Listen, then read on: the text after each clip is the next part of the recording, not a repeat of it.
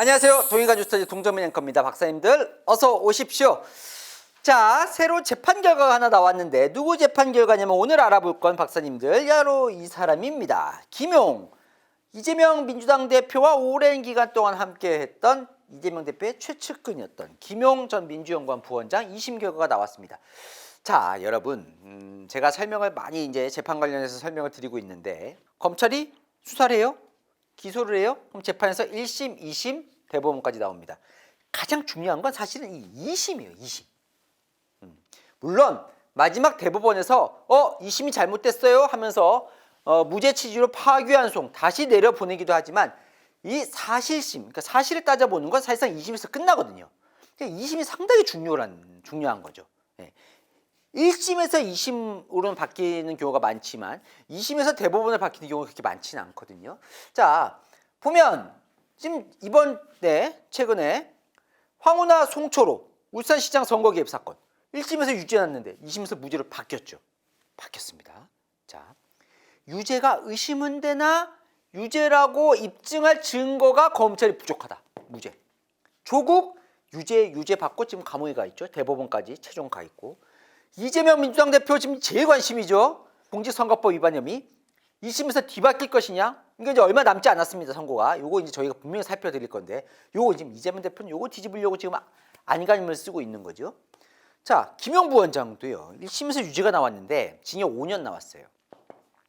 2심까지 10개월 걸렸습니다. 아주 오랫동안 김용 부원장은 막 뒤집으려고 안간힘을 썼어요. 뒤집을 수 있다고 자신감도 보였어요. 왜냐하면 새로운 1심 때 없었던 새로운 알리바이를 들고 나왔거든요.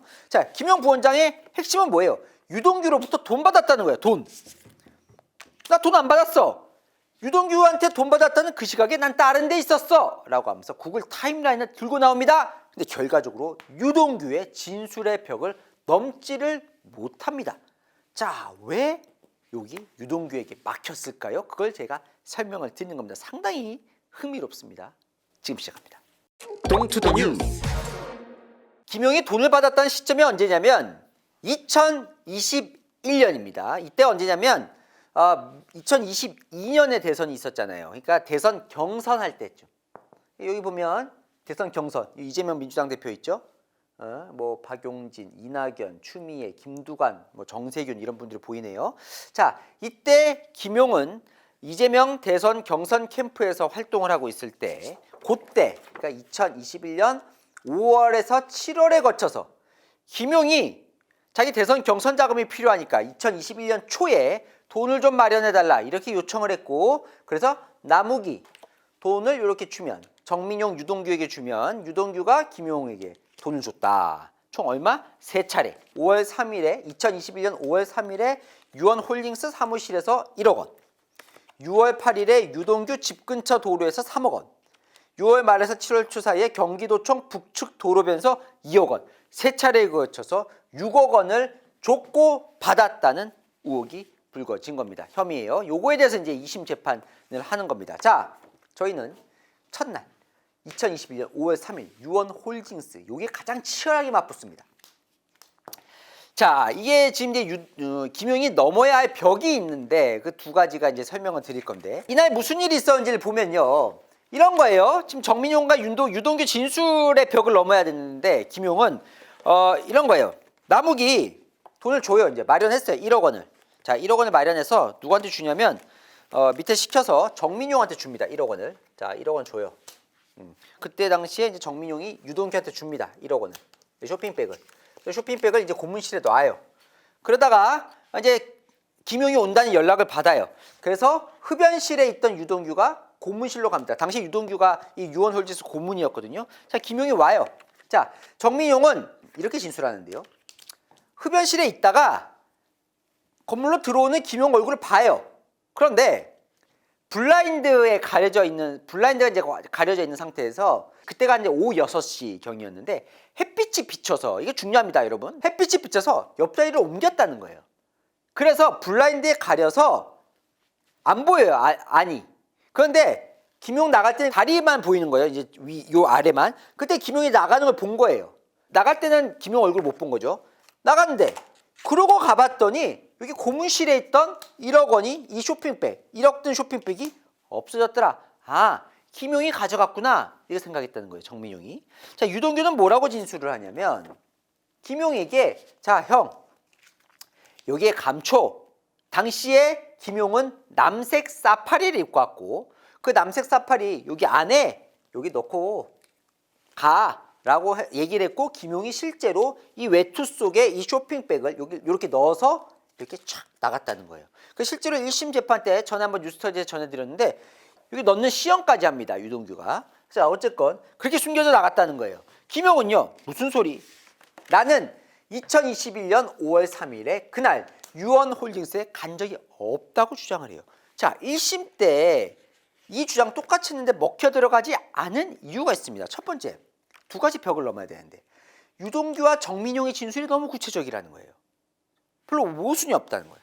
두 번째, 봤더니 하이패스, 그러니까 김용이 차를 운전하는 그 차가 이제 톨게이트 지나면 하이패스 찍히잖아요. 그 기록에 남거든요. 그리고 건물 오가면 주차 기록에 남잖아요. 그 기록을 봤을 때 김용 말보다는 정민용과 유동규 말이 맞다라고 해서 1심 유죄가 나거든요. 그럼 이거 2심에서 뒤집어야 하잖아요.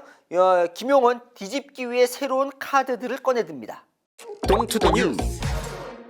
김용이 2심 때 들고 나온 여러 가지 논리가 있는데요. 새로운 논리 뭐라고 들고 나왔냐면 자, 이건 말이 안 됩니다. 왜 안 되냐? 남욱의 수상한 자금을 당시의 대선 경선 캠프는 다 알고 있었다는 거예요. 무슨 얘기냐면 김용춘이 이렇게 주장을 해요.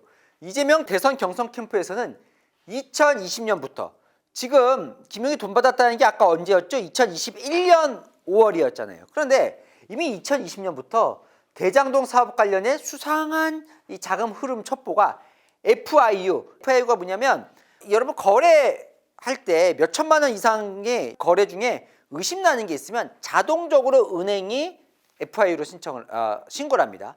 FIU는 부정한 돈이 오가는 걸 감시하는 기구인데 거기로부터 대장동 자금이 이상하다라는 거를 경찰에 이첩한 걸 알고 있었다는 거예요. 2020년에 이미 이상한 자금을 알고 있었는데 내가 미쳤다고 알면서도 돈을 받았겠느냐라고 주장을 합니다. 자, 2심 재판부는 아닌 것 같은데 미리 알았다고 인정할 자료를 내놔 그럼. 내놔. 근데 진술밖에 없는 거죠. 자, 남욱은요. 여기서부터 결정적으로 좀 금이 갔는데 남욱은 뭐라고 진술하냐면 FIU가 대장동 자금 관련해서 횡령 혐의를 포착해서 경찰에 수사 의뢰한 건 맞다는 거예요. 그런데 그 시점이 언제냐면 2021년 4월 21일 내가 그때 경찰에 이첩된 걸 알고 그날 밤 9시에 김만배를 만나서 대책을 논의한 사실이 있다는 거예요. 그러면 당사자인 남욱은 2021년 4월에 알았는데 김용은 당사자도 아닌데 2020년부터 알았겠느냐? 이건 사실이 아닐 걸로 보인다라고 받아들이지 않습니다. 자, 두 번째, 이 부분을 집요하게 파고듭니다. 김용은 뭐냐면 남욱이 돈을 줬어요. 누구한테? 유동규한테. 왜? 김용 주라고. 줬을지 모르나 결국 그 돈은 누가 다 가져갔다는 거예요? 유동규가. 배달 사고 본인이 꿀꺽했다는 겁니다. 왜? 유동규는 당시 돈이 필요했기 때문에. 김용 측 주장은 이렇습니다. 당시에 유동규는 돈이 필요했습니다. 왜? 전처에 지급할 생활비, 그리고 원래 써오던 유흥비, 그리고 새로운 배우자와의 전세자금 등 당시 돈이 필요했는데 근데 유동규가 원래 화천대유 대주주 김만배로부터 돈을 받아야 되는데 그게 돈을 못 받게 되자 그러면 정치자금 면목으로 남욱으로부터 돈을 받아야겠구나 라고 해서 김용을 팔고 돈을 자기가 받았다. 이 주장을 하는 겁니다. 왜냐면 얘네 얘기가 말이 안 돼요. 왜냐면 남욱 같은 경우도 법정 진술 때 자, 정민용으로부터 경선 자금을 2021년 12월까지 마련해달라는 요구를 받았다. 이렇게 주장을 하거든요. 근데 대선 경선은 2021년 10월에 이미 끝난다는 거예요. 끝나는데 무슨 12월까지 돈을 마련해. 이 자체가 말이 안 맞는다. 자, 그러면 2심 재판부가 이걸 받아들여 줬느냐? 아니다. 유동규는 돈이 충분했다는 거예요. 당시 유동규의 소득, 소비 이걸 꼼꼼하게 따져봅니다. 실제로 유동규가 돈을 인마이 포켓할 요인이 있었는가? 그런데 아니라는 거예요. 왜냐하면 당시에 정민용이 남욱으로부터 35억 원을 받아서 같이 쓰고 있었던 중이라는 겁니다. 그러니까 35억 원에 이 저수지 돈이 있었다는 거예요. 그 35억 중에 유동규는 전처한테 위자료 5억 원 주고 아파트 보증금 6억 5천원 만원 쓰고 13억 원은 계좌로 이체한 다음에 법인카드를 만들어서 서로 둘이 한 장씩 쓰고 다녔다는 거예요. 13억 원으로 법인카드. 실컷 쓸 수 있겠죠. 그리고 매달 유원홀딩스로부터 급여도 921만 원이나 받고 있었다. 매달 921만 원. 거기다가 실제로 유동규가 이건 인정을 합니다. 뭘 인정하냐면 원래 남욱한테 김용 부원장이 대선 경선 자금 달래. 그래서 돈을 받았는데 그 중에 받은 것 중에 1억 4천만 원은 내가 꿀꺽했어요. 내가 먹었어요. 그리고 6억 원을 김용한테 줬어요라고 얘기를 하거든요. 그러니까 여기 1억 4천만 원 본인이 시인한 1억 4천만 원까지 하면 지금 돈이 충분했다는 거예요. 뭘 의심하냐면 이 즈음에 그러니까 유동규한테 돈을 받았다는 게 2021년 5월에서 7월 사이잖아요. 근데 봤더니 마침 유동규 씨의 이제 사실혼 배우자가 그 즈음 7월 16일에 차를 사요. 이 차 대금으로 쓴 거 아니야 의심을 하거든요. 근데 차값이 9,800만 원인데 그래서 요건 어떤 돈으로 샀는지도 다 봅니다. 그러니까 사실혼 배우자가 차 산 비용까지 다 봐요. 봤더니 실제로 배우자가 예금 잔고가 3천만 원 있었고 본인이 갖고 있던 적금을 해지해서 마련한 3천만 원이 있었고 자기가 타고 다니던 중고차를 팔고 받은 돈 2,600만 원 있었고 그래서 그 사이에 계좌로 그 배우자의 계좌로 몇 차례에 걸쳐서 돈이 들어오는데 그걸 다 합쳐봤자 1,880만 원밖에 안 된다는 거예요. 이 1,880만 원을 유동규가 하려고 본인이 그 돈을 꿀꺽했을 가능성도 적다. 2심 재판부의 결론은 뭐냐? 정치자금 명목으로 받은 돈으로 이 차를 산 게 아닌 걸로 보인다라는 거예요. 그래서 유동규는 돈이 필요해서 내 돈 나한테 준다 그러고 본인이 다 먹었다. 나는 받은 적이 없다라는 논리가 성립하지 않습니다. 김용은 또 이걸 파고듭니다. 재밌습니다. 정민용이 내가 2월 4일에 간 걸 마치 5월 3일에 간 것처럼 각색을 했다는 거예요. 무슨 얘기냐면 본인이 유원홀딩스에 2번 갔다는 거예요. 언제? 2021년 2월 4일에 한 번 가고 2021년 3월 24일에 한 번 갔고 정작 2020년 돈을 받았다는 2021년 5월 3일에 안 갔다는 거예요. 이거 안 갔다는 거예요. 이렇게 2번 갔다는 거예요. 그런데 정민용이 마치 이날 간 걸 이날로 지금 각색해서 나한테 얘기를 한다는 거예요. 그러면 내가 이날 언제 갔느냐? 시간이 아주 중요합니다, 여러분. 박사님들. 자, 이 재판이 이래서 재밌어요. 17시 16분, 오후 5시 16분에 갔다는 거예요. 이 시간을 잘 보십시오. 당시에 해가 지는 시간이 17시 59분이었다는 거예요. 2월 4일이. 나중에 찾아봤겠죠, 이제 재판하면서. 그렇기 때문에 이때는 밝았다. 이거 밝았는 게 왜 중요하냐면 정민용이 뭐라고 얘기를 해요? 햇빛이 있었다는 거잖아요. 흡연실에 있을 때 햇빛. 요게 이제 그래서 이게 지금 성립하느냐 안 하느냐를 따져보는 거거든요. 그러니까 정민용이 햇빛을 봤다는 건 내가 17시 16분에 갔기 때문에 그때는 해가 남아 있었기 때문에. 왜냐하면 왜 이걸 주장하냐면 김용이 남욱이 실제로 법정 진술 때 내가 2월 4일 정민용과 함께 유원홀딩스 사무실에 있는데 흡연실에 있는데 김용이 고문실에서 10분 정도 머물다가 나가는 장면을 봤다. 해가 강하게 비추어 더웠던 기억이 난다라고 진술합니다. 아까 정민용이 했던 진술과 비슷하죠. 그러니까 정민용도 흡연실에 있었는데 유동규와 김용이 만나고 고문실에서 만나고 나가는 걸 내가 다리만 봤다는 거잖아요. 그때 내가 햇빛이 있었던 게 기억이 난다는 거예요. 비슷하잖아요. 그러니까 정민용이 착각을 했다는 거예요. 2월 4일 날 간 걸 5월 3일로. 그런데 2심 재판부는 받아들이질 않습니다. 왜냐? 당신의 진술이 일관되지 않는 거예요. 대체 유원홀딩스를 몇 번 갔냐는 거야 대체. 검찰 조사 때는 나 딱 한 번 갔거든요. 근데 2021년 4월은 아니라고 보여요. 뭐 4월은 또 지금 나오지도 않아요. 영장 실질심사 받을 때는 난 딱 한 번 갔는데 4월에 한 번 갔어요. 얘기를 해요. 1심 재판 때는 난 딱 한 번 갔는데 2021년 3월 24일 요때 한 번 갔다 그래요. 근데 2심 돼서는 또 말이 바뀝니다. 2번 갔어요. 이날과 이날. 뭐야 대체? 실제로 그러면 2월 4일에는 간 건 맞느냐? 재판부는 간 것 같다고 합니다. 왜냐하면 유동규도 법정 지술에서 2월 4일 유원홀딩스에서 김용이 7천만 원 그러니까 따로 5월 3일에 받은 돈 1억하고 별개로 7천만 원 받으러 왔던 사실을 얘기를 하거든요. 남욱과 정민용도 2월 4일에 유원홀딩스 흡연실에 있다가 김용이 온 걸 봤다고 얘기를 합니다. 자 그러면 여기 중요한 건 2월 4일에 왔다는 게 중요한 게 아니고 5월 3일에 안 왔다는 걸 입증을 해야 되는 거잖아요. 그죠? 김용은요, 이 17시 16분이라고 얘기한 근거는 지금 정민용이 착각을 해야 돼요. 그죠? 근데 정민용은 분명히 해가 비쳤다고 얘기를 했어요. 예. 그래서 17시 16분인데 뭐 해가 그렇다고 대낮처럼 쨍쨍하게 비추면 안 돼요. 제가 좀 이따 말씀드리겠지. 뭔가 정민용을 봤을 때는 뭔가 해가 지는 상황에서 비춰왔다고 얘기를 해야 되거든요. 근데 재판부는 17시 16분에 온 게 아니라 2월 4일에 온 건 맞잖아요. 온 건 맞다고 보잖아요. 언제라고 보냐면 15시에서 16시 30분에 왔다고 봅니다. 이때 아니고 요때라고 봐요. 왜냐하면 실제로 통신 기록도 살펴보고 이들의, 왜냐하면 남욱, 정민용, 유동규 다 있었으니까 그날. 그 다음에 이때 이 시기에 유원홀딩스 그 건물 사무실 1층 카페에서 커피를 계산한 게 있어요. 그래서 요때 봐요. 왜냐하면 김용이 아까 뭐라고 그랬어요? 2월 4일날 해 지는 시간이, 일몰 시간이 17시 59분이라고 했잖아요. 하지만 17시 16분이면 그때 당시에 2월 달에 17시 16분이면 해가 강하게 비추기 어려웠을 거라고 봅니다. 자, 그래서 2월 4일에 와도 17시 16분 아니다, 거짓말이다 라고 봐요. 근데 여기서 중요한 건 뭐예요?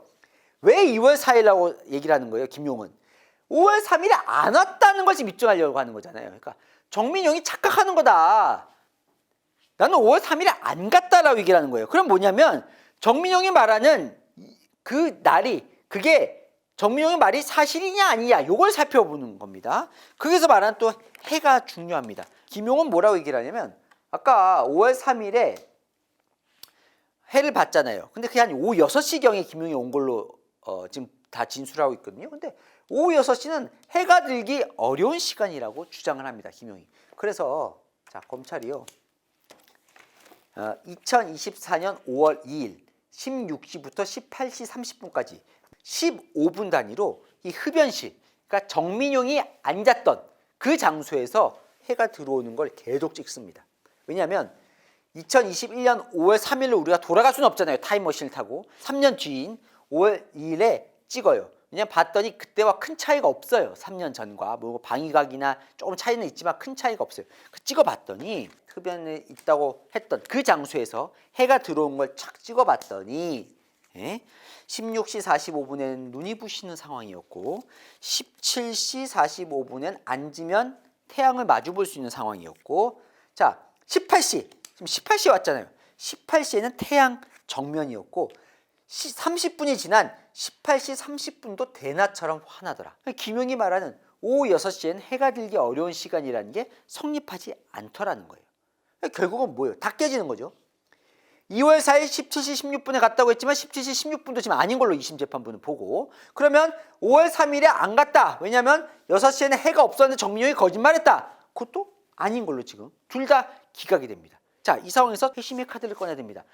2심 판결날 기자들이 가장 주목했던 게 바로 이 구글 타임라인입니다. 마지막 네 번째 회심의 카드, 바로 구글 타임라인입니다. 김용은요, 구글 타임라인에 따르면 김용은 그날, 본인은 그날 그곳에 없었다. 그날 언제? 2021년 5월 3일 그곳 어디? 유원홀딩스에 본인은 안 갔다는 거예요. 자, 그날 내가 안 갔으면 나는 돈 1억 원 받을 데가 없어. 나는 돈 안 받았다. 이거 연결되는 겁니다. 그러면서 구글 타임라인을 제시를 하는데 5월 3일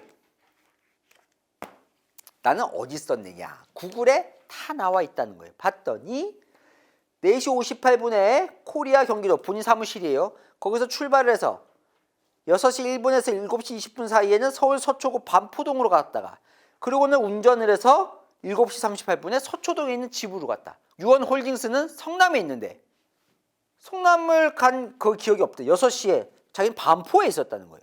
봐라, 구글 타임라인이 있다. 자, 구글 타임라인이라는 게 뭐냐면 구글 앱을 이제 쓰잖아요. 그 안드로이드 폰의 경우에 구글을 쓰면 그 구글에 위성 GPS, 그다음에 주변 와이파이, 그다음에 휴대전화 기지국 위치로 해서 내가 옮겨간 위치를 구글이 지도로 딱 기록으로 남겨놓습니다.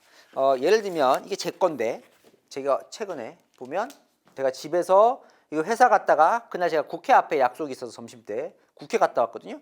국회 여기 여기 마포대교 건너서 국회 갔다가 서강대교 타고 다시 회사로 돌아와서 광화문 서울 와서 집으로 왔다. 여기 나와요. 그러니까 이걸 딱 들고 나온 거예요.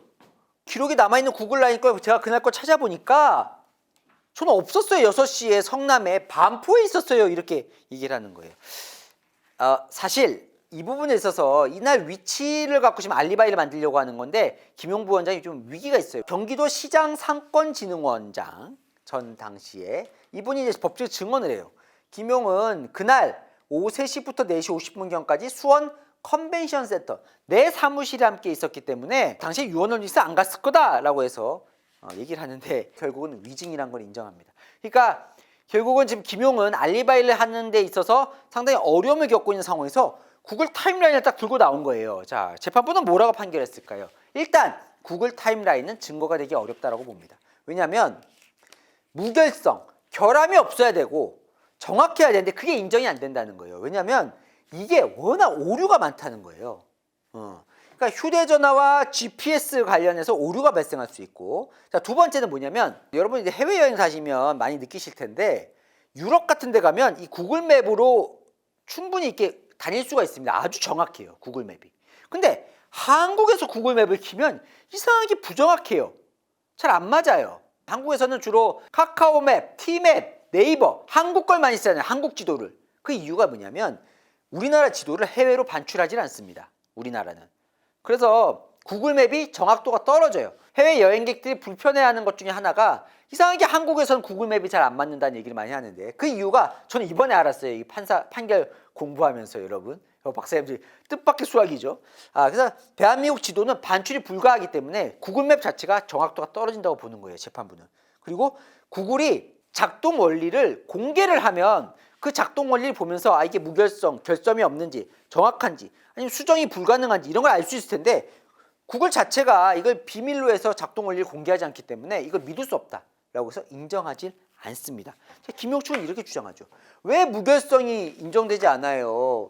김용 구글 이 타임라인은 내가 수정하고 삭제를 하면 그 내역이 다 서버에 기록이 됩니다.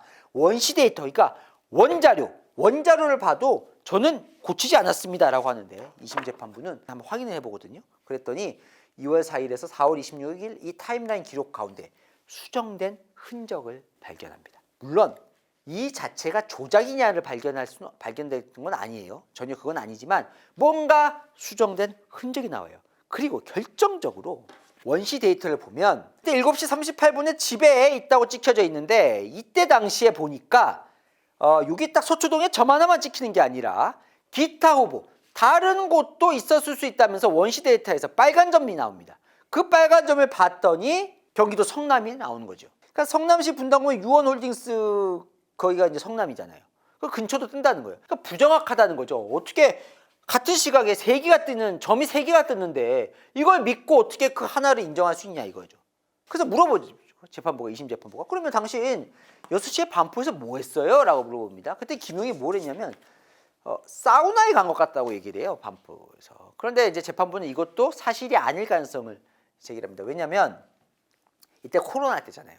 코로나 때 사우나 잘 안 갔잖아요. 당시에 집합금지 걸릴 때도 많고 해서 사우나 그때 문 많이 닫았잖아요. 그러니까 어쨌든 코로나 시절에 당시 사우나를 갔다고요? 이것도 믿기 어렵다고 봅니다. 그러니까 무슨 얘기냐면 일단 구글 타임라인 자체를 신뢰하지 않고 두 번째 이게 나중에 사후에 수정 조작했을 것을 의심을 하는 거죠. 그래서 사실은 이 구글 타임라인이라는 게 사실 드루킹 사건 때도 이걸 갖고 이제 방어를 하는데 그때도 증거로 채택을 안 합니다. 근데 또 나중에 버닝썬 사건 때는 이 구글 타임라인이 또 영향을 미쳤다고 해요.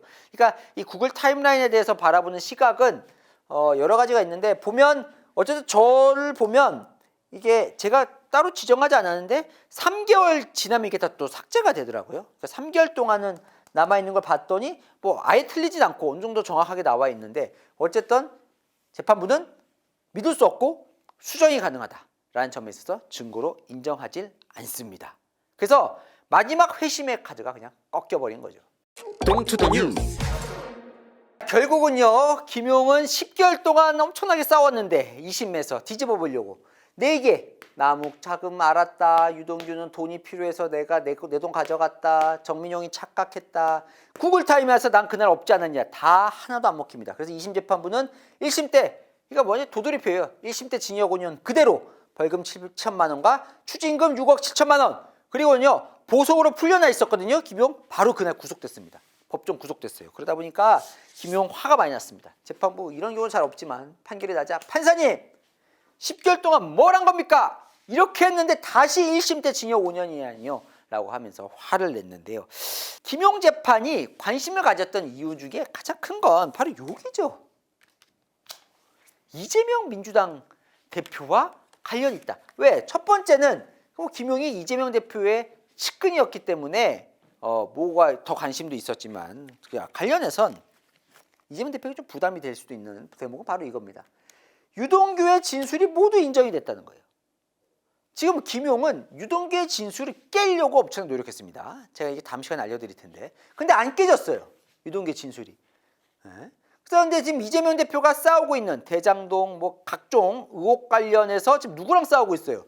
유동규와 싸우고 있거든요. 이재명 대표는. 그러니까 유동규의 진술이 여기서 깨졌으면 이재명 대표 입장에서는 한결 편할 텐데 여기 진술이 다 인정이 됐어요. 신빙성이 있다고, 일관성이 있다고. 그러다 보니까 이재명 대표 본인 재판에 또 어려움이 있죠. 자, 그리고 두 번째, 김용이 돈을 받았다는 거예요. 지금 6억 원을. 자, 그죠? 6억 원 받았다는 거죠. 누구한테? 남욱한테. 누구 통해서? 유동규 통해서. 자, 근데 그 돈이 무슨 돈이냐? 2심 재판부는요. 이재명 대선 경선 자금이라고 얘기를 했습니다. 판결문에 나와요. 그러니까 뭐냐면 김용이 돈을 받았어요.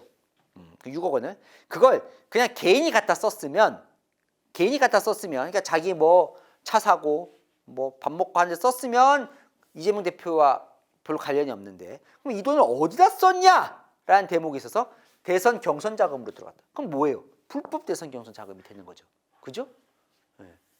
선거 자금은 다 합법적인 후원을 통해서 합법적으로 관리가 돼야 되는데 남욱 돈이 6억 원이 들어와서 어딘가 경선 자금을 썼다면 이재명 대표의 이 대선 자금에도 뭔가 문제가 있었던 거 아니냐는 의혹이 제기될 수 있는 대목입니다. 자, 다음 시간에는 이 김용 재판이 이재명 대표에게 어떤 영향을 미칠 수 있는지를 포인트를 잡아서 다음 주 토요일에 설명을 드리겠습니다. 자, 퀴즈 나갑니다. 이재명 최측근 김용 측이 2심 재판부에 제출한 새로운 증거. 재판부는 무결성과 정확성이 인정이 되지 않는다면서 이걸로 판단한 건 무엇입니까? 1번 카카오톡 대화, 2번 인터넷 검색 기록, 3번 내비게이션 기록, 4번 구글 타임라인. 정답 아시는 분은 댓글 남겨주시면 제가 5분 추첨해서 선물 드리겠습니다. 자, 복잡한데 궁금한 이슈도 댓글로 남겨주시면 제가 설명을 해드리고 선물도 드리겠습니다. 아시죠? 평일 오후 7시엔 뉴스에이, 주말 오후 3시엔 동일간 뉴스스터디. 오늘 순서 여기까지입니다. 감사합니다.